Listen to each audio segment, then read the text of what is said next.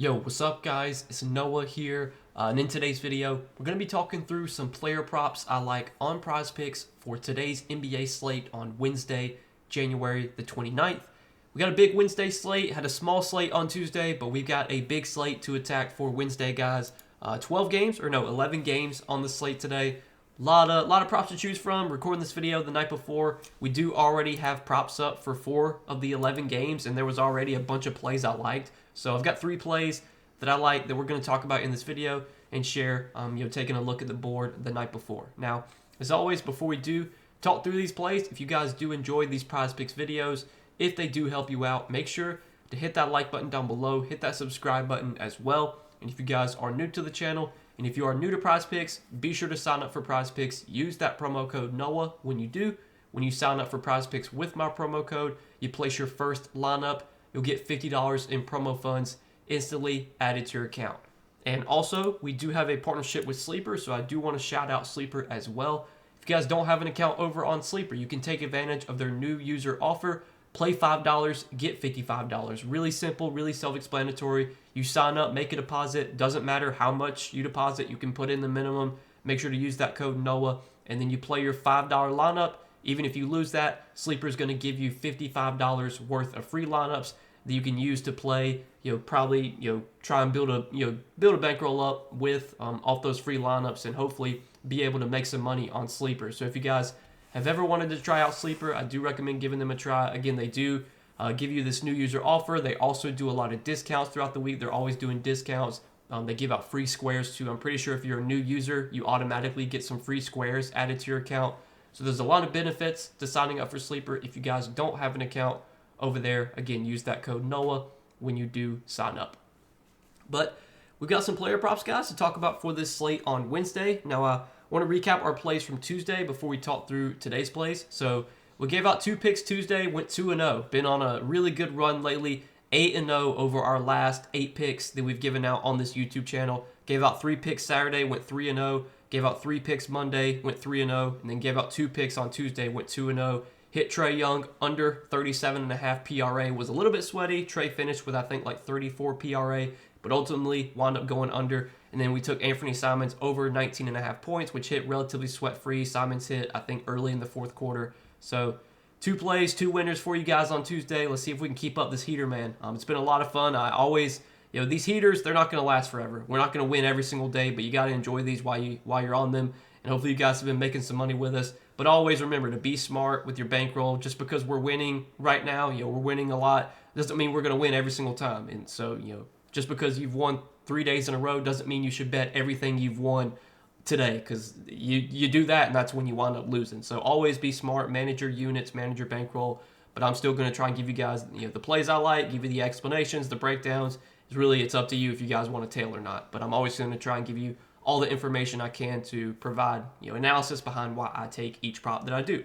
So let's go ahead and break down the plays that I do like for Wednesday, guys. So first prop is going to be a points plus rebounds prop, and I'm liking Jakob Poeltl for more than 24.5 points plus rebounds. Now, if you look at Jakob Poeltl's game log lately, he's not been doing very well, but he's also had some tough matchups. He's had to face Milwaukee, he's had to face Orlando. Atlanta's actually been pretty good versus centers this season. They've been pretty good at limiting points in the paint. Then he had a big game last game against the Pelicans in what was a really good matchup. The Pelicans have been a great matchup for centers this season. The Pelicans give up a lot of points in the paint. So it made sense to see Poeltl do really well against the Pelicans. Well, now he has another very good matchup here against the Wizards. The Wizards have also been very giving to centers this season. If you look at where they rank in terms of points allowed, they're giving up the most points per game to centers. They're giving up the 2nd most rebounds per game to centers. And Washington has also struggled giving up points in the paint. That's where they've really been vulnerable. I mean, overall, Washington has been a terrible defensive team. They have the worst defensive rating in the league this season. So this is a Washington team you can kind of beat everywhere because they're just bad defensively. But they do still really struggle around the rim in the paint, and that's where Jakob Poeltl is going to do all of his scoring. Jakob Poeltl's not a guy that's going to take a bunch of jump shots. He's not going to take any threes. He's going to rely on putbacks, dunks. He's going to rely on lobs, stuff like that to get points, and that's where Washington is vulnerable. They'll give up a lot of that. This season, the Wizards are allowing the 6th most points in the paint. Last season, the Wizards were a terrible paint defense. They gave up the most points in the paint last season. So this is a really, really good spot for Jakob Poeltl. Minutes last game was good to see. He got up over 30 minutes. His minutes had kind of been low lately. Like, he only played 27 minutes against Atlanta in this game, but that was also a blowout. They won that game by 23 points. And then he only played 28 minutes in this game against Atlanta, but he also had 5 fouls. This game against Orlando, he only played 19 minutes because he fouled out in 19 minutes.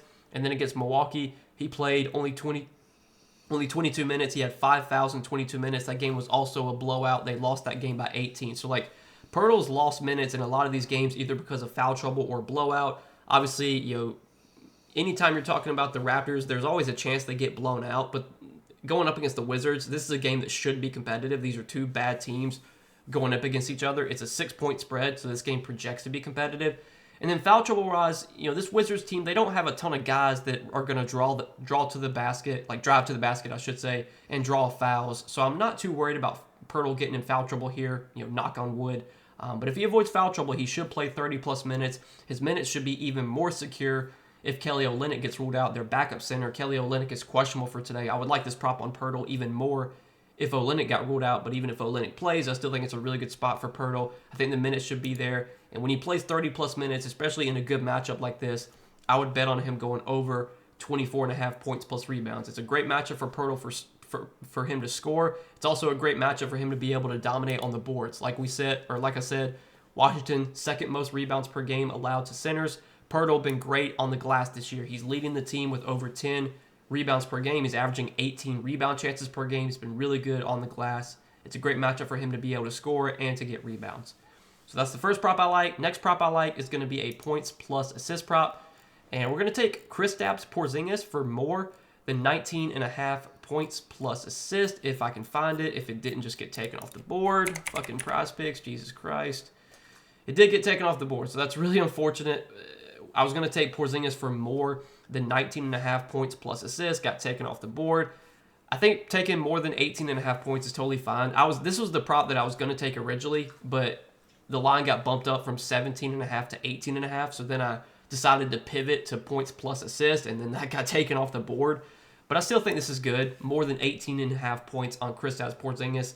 Let's talk through why I like this prop on Porzingis. So Porzingis this season, you look at his game log, he's had some good games, he's had some down games, but a lot of his down games have come because of either foul trouble or blowouts.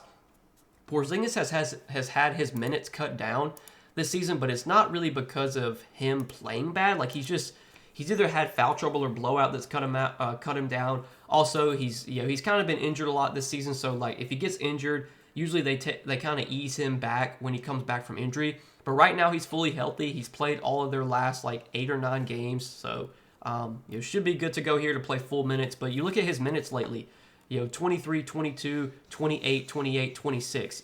You look at the reasons why he's playing so few minutes. Blowout against Orlando, they won by almost 30. Blowout against Golden State, they won by 40. Blowout against the Lakers, they lost by 21. Blowout against Dallas, they won by 15. Last game was a close game against Houston, but he was in foul trouble. He had 5 fouls in 25 minutes. Obviously, there's blowout risk anytime you're talking about the Celtics, because the Celtics are a very good team and they can blow out anyone. This game does have a relatively big spread, 14-point spread. So there's blowout risk here. If you're worried about the blowout, you could look at first half props on Porzingis. I don't know what his first half lines are at. I'll take a look at those now. Let's see. So for first half, they have Porzingis for 9 points and 14 PRA. Like, if you wanted to take those, you could. Porzingis is actually a player that typically does pretty well in the first half, so I don't mind taking more than 9 points in the first half either. I think that's actually a pretty good bet. I like both these really, but I think his points in the second half, I think I feel a little. Well, honestly, now that I think about it, man, I think I actually like 9 points in the first half more than. And that just got taken off the board, so never mind. Jesus Christ. Oh, man, Prizepicks, you guys, Jesus. This is the fun part of doing content, man. Like, shit just gets ripped off the board, like, as you're trying to put it in. So, I guess we're going to stick with, 18.5 points, because they're just taking everything off the board right now. So annoying. So, yeah, 18.5 points for Porzingis. I do still like this play. Again, minutes have been cut down lately, but it's just been blowouts and foul trouble that have cut him down. Hopefully this game against the Bulls does stay competitive. I think there's definitely a chance it could be more competitive today because Jason Tatum is questionable for this game. Now, Jason Tatum he typically doesn't miss games, so I would expect Tatum to play here. But man, if Tatum gets ruled out, I'm going to feel really good about this prop on Porzingis, because without Tatum, that's obviously going to open up a lot of usage. Porzingis should be one of the guys that soaks up a lot of that usage. Also, it's worth noting that Al Horford is questionable for this game. So if Al Horford doesn't play, that's going to make this Boston team even more thin at the center position. That should allow Porzingis to play even more minutes if there's no Al Horford. So there's a lot of ways this Porzingis line could get even better if Tatum or if Al Horford get ruled out. Both of them are questionable. But I love the matchup here for Porzingis going up against the Bulls. The Bulls have been a great matchup this season. They play at a really fast pace, one of the fastest paces in the league. They're third in pace. Defensively, they're not a good defensive team. They rank bottom 10 in defensive rating. And then if you look at what they've allowed to centers this season, second most points per game allowed to centers. The Bulls are a team that get killed in the paint. Now, Porzingis is a big that can stretch the floor and he can shoot threes. But Porzingis is also a guy that can dominate in the paint and around the rim because he's so big. He's like 7'2" or something. And this season, the Bulls are giving up, I believe, the most points in the paint. Yeah, the Bulls are giving up the most points in the paint this season. So, like, the matchup really checks all the boxes here. You have Tatum questionable and Al Horford questionable, so there's added upside for Porzingis here if Tatum sits, or there's potential for more minutes if Horford sits. A lot of ways that this can go over. Like this play quite a bit, taking Kristaps Porzingis for more than 18.5 points. Again, the prop that I was originally going to take was more than 19.5 points plus assists. Prop got taken off the board. Then we were looking at some of his first half lines, more than 9 points. That got taken off the board. But I think taking this points prop, 18.5 is still good in my opinion. So let's go ahead and talk about the third prop before we wrap up this video. Third and final play I like is an assist prop. And we're going to take Tyler Hero for more than 5.5 assists. So Hero has had some really big assist games lately, had a 12 assist game against Orlando. It is worth noting that game against Orlando did go to double overtime. So obviously, in double overtime, you're going to be able to rack up more stats. But against Brooklyn, 8 assists. Against Milwaukee, 9. Against San Antonio, 7. With Jimmy Butler out right now, Jimmy Butler out for suspension, that's really going to allow Tyler Hero to take on a bigger ball handling role. Hero's just going to have the ball in his hands even more with Jimmy Butler out. And if we do look at the last 3 games for the Heat, so obviously Butler has been out. He's been out a lot lately because he's been suspended. And he came back and he got suspended again.